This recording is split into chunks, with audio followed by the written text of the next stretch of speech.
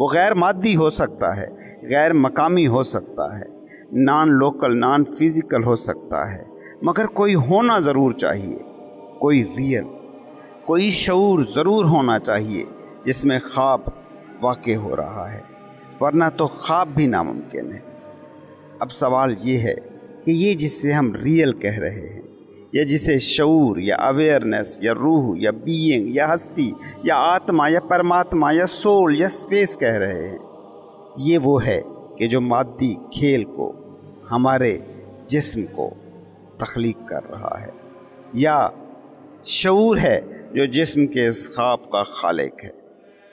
In real تو reality کا جنم داتا ہو نہیں سکتا، اس لیے نتیجہ یہ نکلنا چاہیے کہ کوئی real he us in real کا، اس مالیکیولر ڈانس کا خالق ہوگا۔ خواب دیکھنے والے کو کیسے جنم دے سکتا ہے؟ خواب دیکھنے والا ہی خواب خلق کر سکتا ہے۔ یہ جو تمہاری پریکٹیکل زندگی ہے، مادی زندگی ہے، جو تمہاری زندگی کا سارا محور ہے، اسے جتنا بھی غور سے دیکھو، یہ تمہیں خواب جیسی لگے گی۔ جیسے خواب میں تم کبھی کچھ کر رہے ہوتے ہو، کبھی کچھ سوچ رہے ہوتے ہو، کبھی کچھ۔ اس جسم کے ساتھ بھی تمہاری زندگی کا تجربہ یہی ہی رہتا ہے۔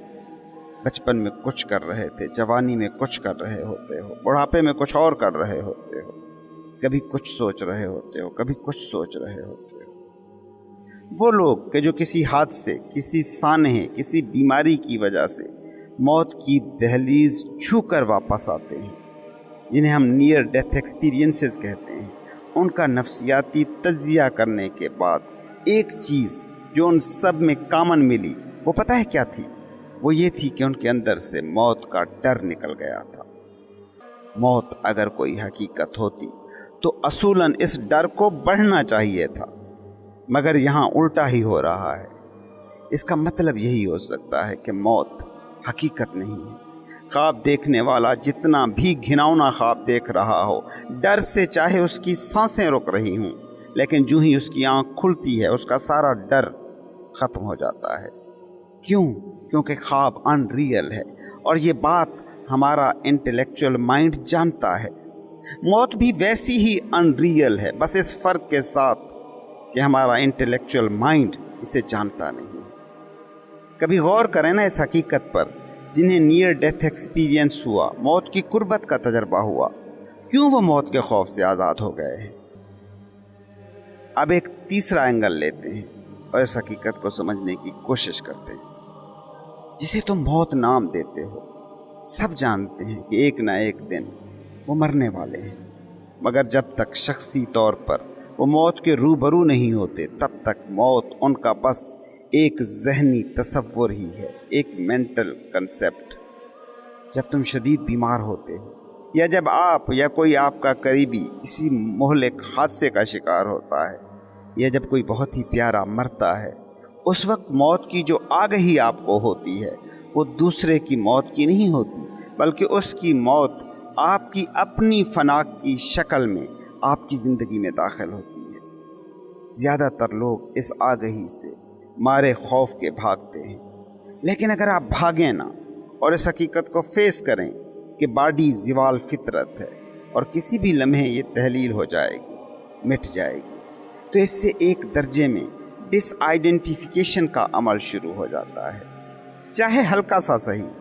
وہ مادی یا نفسیاتی ڈھانچہ ٹوٹتا نظر آتا ہے جب آپ زندگی کی تمام شکلوں کی غیر مستقل اور عارضی فطرت کو قبول کرتے ہیں، ایکسیپٹ کرتے ہیں، تو ایک خاص قسم کا احساس سکون، پیس آپ پر اترتا ہے۔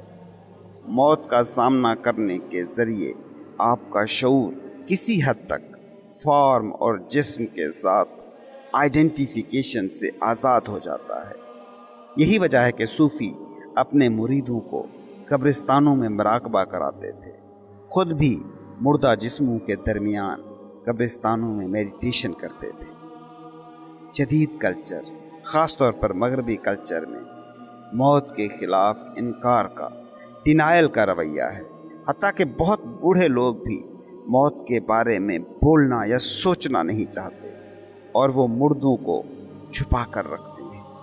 ایسا کلچر جو موت کا انکار کرتا ہے، اسے لازماً سطحی اور مصنوعی ہونا چاہیے، کیونکہ وہ چیزوں کی صرف ظاہری شکل کے متعلق فکر مند ہے۔